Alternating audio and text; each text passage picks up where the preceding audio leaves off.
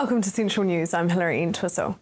In today's news, construction may start on the controversial Pilot Bay Boardwalk by the end of the month, says the Deputy Mayor of Tauranga. Councillor David Stewart says the council have slightly changed the plans of the Pilot Bay Boardwalk to compromise with those who were against the boardwalk. The boardwalk will now snake its way through Pilot Bay, starting adjacent to the tree line at the Salisbury Avenue end, and then back to the shore side of the grass in the second half towards the base of the mount. David says the council are trying to save the grass area of Pilot Bay as the foot traffic has resulted in a lot of wear and tear, and the changes were to help preserve the large part of grass at the Salisbury Avenue end. In 1998 we addressed the issue. The council had a look at this. We were having some problems trying to keep the turf in a good order. At that stage a boardwalk was proposed. Council made a decision, no, keep it as green as possible, do whatever it takes to keep the grass green, and so we don't have a boardwalk on a very narrow area. We've tried everything, those days have gone. It's a very popular piece of land, and obviously with the number of cruise ships we're getting in, when you see a cruise ship here and the number of visitors that walk along here, you can understand the attractiveness of it. So really the time has come to address those issues and do something properly here, which will result in keeping as much green space here as possible. The month of April is Irritable Bowel Syndrome Awareness Month. Irritable bowel is a condition that is believed to occur in up to 20% of people and is more likely to affect women. Symptoms of irritable bowel syndrome are alternative bouts of diarrhea, constipation, nausea, bloating and painful cramping. Nutritionist Jess Fisk says it is important to raise awareness about irritable bowel as it may lead to people seeking a proper diagnosis and looking at treatments. Raising awareness is important for the person themselves. It's important to raising your own awareness level to find out as much information as you can about the disorder. There's lots of misinformation and misconceptions out there, so it's important to look after yourself and learn as much as you can. Despite more real estate signs popping up on Bay of Plenty Lawns property, values remain static, according to a local QV valuer. The latest QV quarterly property report shows the average values of Tauranga and Western Bay properties have increased by 0.3% in the last 12 months. Tauranga's average of residential properties is $428,273, a 0.8% increase during the last 3 months. Tauranga QV valuer Paul Thomas says, however, during the last 12 months, the value has only increased by 0.3%, so it is pretty subdued. Now for our region's weather for the weekend. Hamilton, your Saturday. Showers developing in the morning and light winds. Your expected high is 22 and an overnight low of 9. Tauranga, your Saturday will have a few showers developing in the morning and a few light winds. Your expected high is 23 and an overnight low of 13. Hamilton, your Sunday will have long, fine, sunny spells and light winds. Your expected high is 22 and an overnight low of 12. Sunday for you, Tauranga, will have long, fine, sunny spells too and light winds with a high of 22 expected and an overnight low of 15. Just ahead, the Mayor of Tauranga City on the annual plan.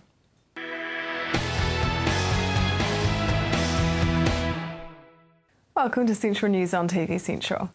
The Tauranga City Council's draft annual plan is out now for the submission process. I found out what some of the contents is of the annual plan from Mayor Stuart Crosby. Well, our draft annual plan is indicating 0.6% increase, which is the lowest since 1989. And there's a whole host of reasons for that. Basically, we put a lot of work into our treasury and our whole finances, reduced a lot of costs, reducing some staffing levels, doing some amalgamations of our CCOs, just trying to reduce our costs but keep the level of service the same. So I think our community should be reasonably pleased with that effort. The interest rate is actually lower than predicted in the 10-year plan. What will this mean? Well, when you have $400 million worth of debt, low interest rates are quite beneficial. So yes, we had a surplus last year of $3.2 million, and that was a mixture of lower interest rates as well as operational efficiencies, about 50-50. And so that allowed us to keep our rating base down, and it's also, I think, quite sustainable as we move forward for the next 3 or 4 years. There has been a reduction in the capital spending. How's the council managed to do this? A lot of our capital spending relates to growth. That's basic infrastructure, you know, water, wastewater, roads, etc. So because our growth slowed down over the last 4 years and we had such a significant capital investment 10 years prior to that, we've been able to take out about $250 million worth over the next 3 or 4 years. And so that means we don't have to borrow more money, we don't simply have to build these things. So, as I say, the city's in pretty good shape with our infrastructure and we're getting our finances under control as well. What were some of the interesting factors that came out of the property re-evaluation? Very little actually. It showed some of the beachside areas had increased a little bit in value, as you would expect, around the Marine Parade, Mount Maunganui, Papamoa Beach area. But by and large, the rest of the city just stayed static. And that's actually quite good for us because there's no radical changes. Because all the rating evaluation does for our rating is divide the pie. And because it's basically the same, there'll be no change. What is happening with the Pies Bar bypass and the Te Tumu block funding? Yes, there are two projects that we had been capitalising. What that means is we've just not been paying them off. We've been just putting interest upon interest. So clearly that's not sustainable. The Pies Bar bypass, we had considered extending a toll road for that. We're not going to do that at this point in time. So we'll just use that as a normal payment scheme. With the Te Tumu, that was a strategic piece of land that we purchased because the developer wanted to develop it. He had rights to develop it, but for us to supply the basic infrastructure for it would have cost an absolute fortune. So we came to an agreement that we would actually buy the land for a period of time and then sell it back to him later on. So again, values changed a little bit, so we're putting some own money into that instead of capitalising that as well. And speaking of roads, what's happening with the toll road at Route K? Yes, our own toll road, which is we call Route K, we're discussing it with NZTA, the New Zealand Transport Association, and they're very keen to pay for and install electronic tolling, where there'll be various methods of payment through the internet, through your phone, etc. But there will be no cash deposit there. So they're aligning that with the Tauranga Eastern Arterial, which will also be tolled. It's coming on stream around 2015, and so they just want a continuous tolling regime, and I actually support that. So the TEL is going to be tolled as well? Part of it is, yes. It depends where you enter it. If you enter it from, let's say, the Rangiuru end, yes, then you'll be paying a toll. If you enter it from the Papamoa area, no, you won't. Now, the council has been selling some council-owned non-strategic property. What has been sold and how much has been gained by this? Yes, again, that's part of our financial strategy to reduce our debts. So probably in the last 12 months, we've sold $5 million worth, which is on target, and we hope to do probably another $2 or $3 million by the end of the year, and that'll be ongoing for about 3 years. So all in all, 3 to 5 years, about $30 million. It's not a fire sale, and we're getting good prices for it at the moment, and that's the right thing to do. We inherit land for a whole host of reasons, so we did a complete property review and says we don't really need that, let's sell it and reduce our debt. What is non-strategic property? Well, it means that for our basic services we don't need it. So for example, we purchased a lot of property for Harbour Link, which is our second harbour bridge, on behalf of NZTA, and we ended up with a lot of remnant parts because often you have to buy the whole property just to utilise a little bit of it, and so that's as an example, that's what we're selling off, the bits we don't need. The Mount Maunganui industrial stormwater system is well ahead? Yes, it is. 2005, May 18th, we had a huge flood here. We lost 40 homes, 700 people displaced. So we've invested to date $81 million in flood protection. So the high priority areas were done first, which is our residential areas, and now we're into our industrial areas, and Mount Maunganui was at risk. So we're doing that, and the second area will be the Bay Fair area as well. What is happening with the Southern Pipeline? It is going very well. The Southern Pipeline is designed to protect our harbour from sewerage inundation, and that was starting to happen in heavy flood. So it's probably 50% built now, and the challenging parts to go across our harbour, and that will be going out for tender shortly. What is the expected time frame for that project? It has been extended because of the slowdown in growth. So I'd anticipate it will be complete in about 2 to 3 years. Public submissions are open until the 19th of April. Just ahead, we find out what is on at the Wallace Gallery.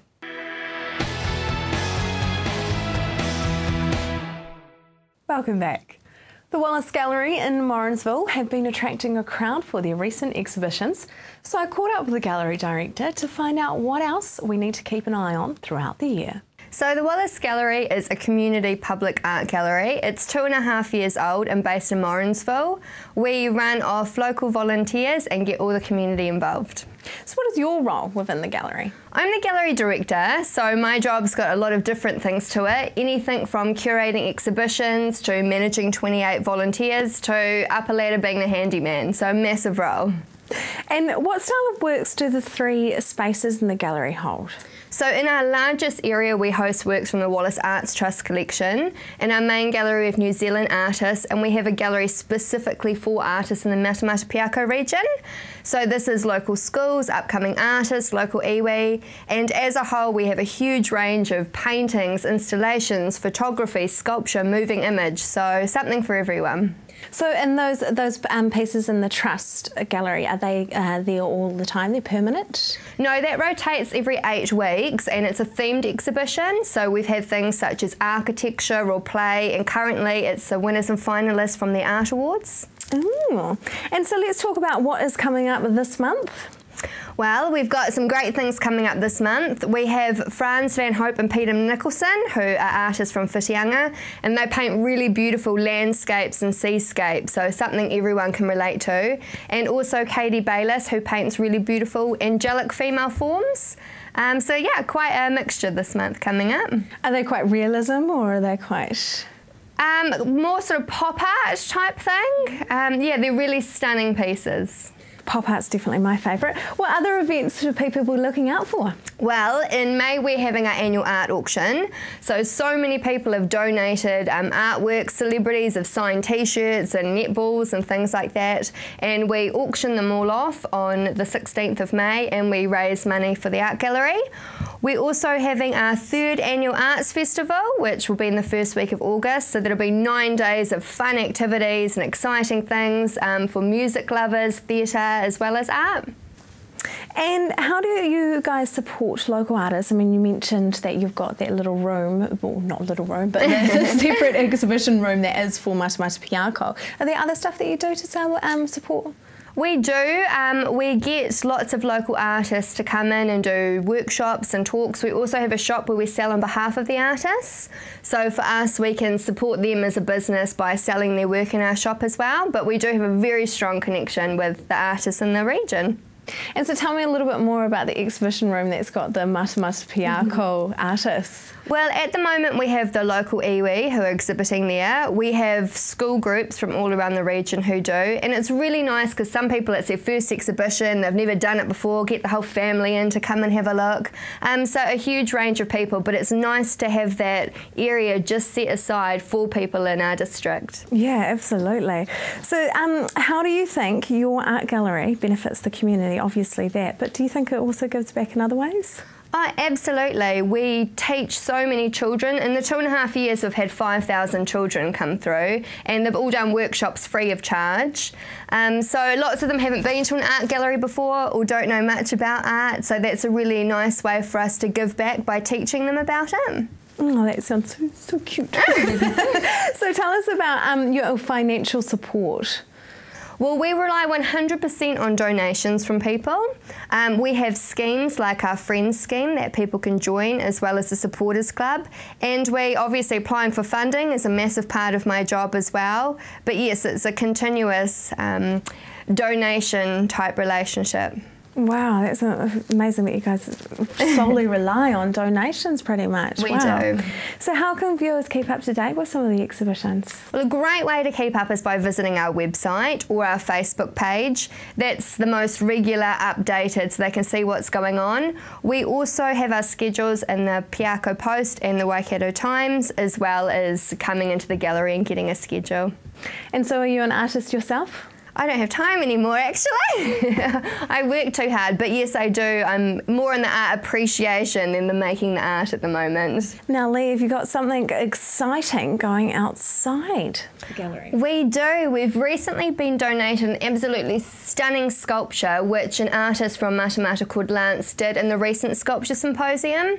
So it's a big sculpture titled The Wave, and we're in the process of working out how to get it over here in forklifts and concrete, so it'll be stunning when it's set in. And we're going to be inserting it outside, so it'll be a public sculpture for everyone to enjoy. Because before you mentioned not only are you rely on funding and donations, you're actually solely volunteers. We are. We have 28 wonderful volunteers who keep the gallery open 6 days a week. The gallery would not be open without those people, and they're from all different areas in the district, all different backgrounds, all different ages as well. So it's really fabulous that people will devote some of their time and energy, and anything I need help with, they're there. So our volunteers are a massive part of our organisation. That's really cool that they're devoted to the art of Matamata Piako. So also you said that it's free entry. It is. We are free entry. We have a donations box for someone if they'd like to donate, but we are free entry, and that's something that we really want to keep, so it doesn't exclude anyone and it's open for everyone who wants to come in. For more information, visit morrinsvillegallery.org.nz. Coming up next, we find out about the Tauranga Half Marathon and the Kaimai Classic.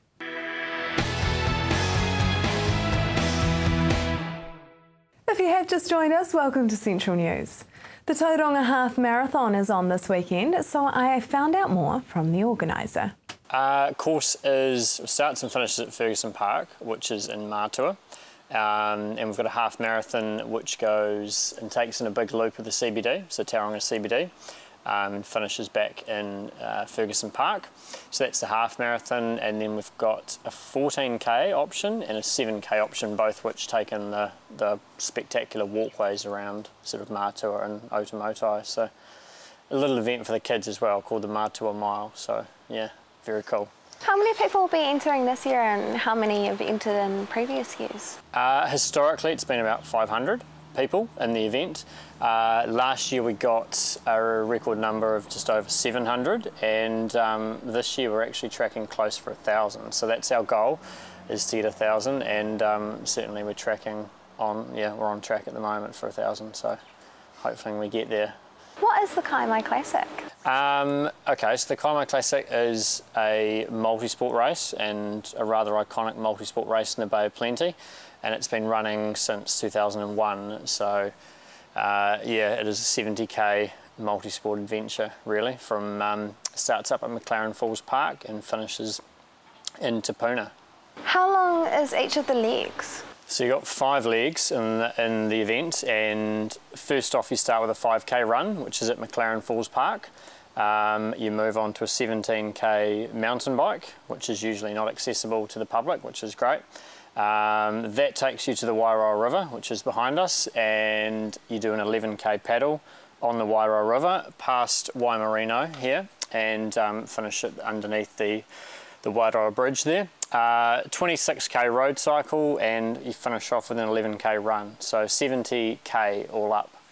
Now, you can enter as a team or an individual. Do you get many people actually doing the whole 70 kilometres as individuals? We do.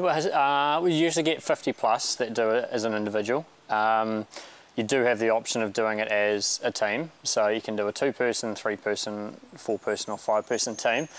So we get a lot of 5-person teams, the social bunch and the corporates, and then but yeah, still people do it themselves, tackle all 70k by themselves, so yeah. How fit does one have to be to participate in the event? Well, we put it this way: if you can do a 5k run, which is the opening leg at McLaren Falls Park, then you can participate. That's the smallest and least demanding leg, I suppose. And then from there it's up to you whether you hook up with a team that's 2, 3, 4 or 5 members, and that depends, I guess, how big your workload is for the day. But yeah, if you can do a 5k run, you can participate, and if not, there's plenty of options to be support crew and come along on the day to look. So, what are some of the prizes for the winners? We usually have a really good prize pool for the Earthwise Comma Classic, and we've got, while we do have prizes for the winners as such, we tend to focus a lot more on the spot prizes. So we have a big spot prize sort of presentation at Te Puna Rugby Club there, and someone will be walking away with a Jamas bike this year, and we've also got plenty of Earthwise prize packs, sports shoes and sports equipment. So we go really heavy on the spot prizes, and we recognise the winners, but for us it's sort of all about the spot prizes and participation in the event, and we like to reward that as well. So, how long has this event been going for? 2001 is when it started, and it was started by a group of locals who had taken the trip down to the States coast to coast and loved what they'd seen down there, and decided to replicate it up here. And certainly we've got awesome terrain up in the Bay of Plenty as well, so they decided, hey, we want to do something pretty similar here, and they made it happen, so that was cool. Are there any inspiring stories that you've come across over the years? This event, yeah, is the one, I guess, that we get inspiring stories every year. There's a group or a team doing it for a particular reason. Last week we got notification that our 8-time champion, who's Duane Farley, is going to be back on the start line. So last May he got knocked off, he was out running and got knocked off by a motorbike and quite badly injured, and now he is going to be back on the start line in a few weeks' time. So that's quite cool. He's not out to win it, but I think this year maybe he's going to be a bit more social. So he's won it 8 times, and he's definitely not going to win it this year, but one of the other locals potentially could win it. So it's great to have him back, and he's definitely inspired a lot of locals to get into the sport. So yeah, good plus for the event for him to be back, yeah. Now, the event was not held last year. Will this year be a bit of a comeback year? Yeah, we're totally pitching it as a classic reunion, really. We want anyone who's been sort of associated with the event or has participated at some point over the last sort of 10 or 12 years to come back and sort of, yeah, enjoy it again and ride the classic course and get down to the Te Puna Rugby Club and sort of celebrate with everyone down there. So we missed it last year, and yeah, we want everyone to come out of the woodwork this year and be part of it. So, can you tell us a little bit about Event Day? Event Day, well, myself and my partner run Event Day out of a small little home office in the Waitakere Ranges. We're involved with 4 events in the Bay of Plenty, and then we do a whole bunch of other events throughout the North Island. So yeah, we're just passionate about watching people get into events like these events, and yeah, certainly it's a busy time for us at this time of year, and we're quietly looking forward to winter, where we get a little bit of a break, but the next 2 weeks are going to be quite full on for us. So visit climbiclassic.co.nz to register for the event. That is the news for today and this week. We really want you to be involved, so like us on Facebook and let us know your views. If you have news including your own video and photos, go to our website and hit upload. Thanks for joining us. I will be back next week with more guests from in and around the regions. I'm Hilary Entwistle. Have a lovely evening and a fantastic weekend.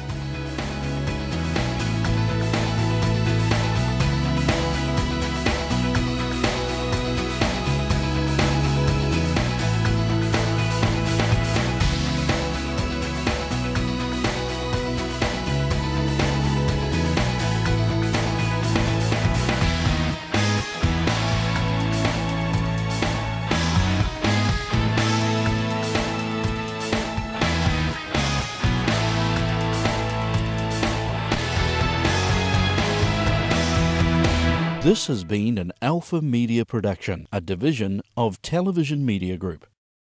Supporting local content so you can see more of New Zealand on air.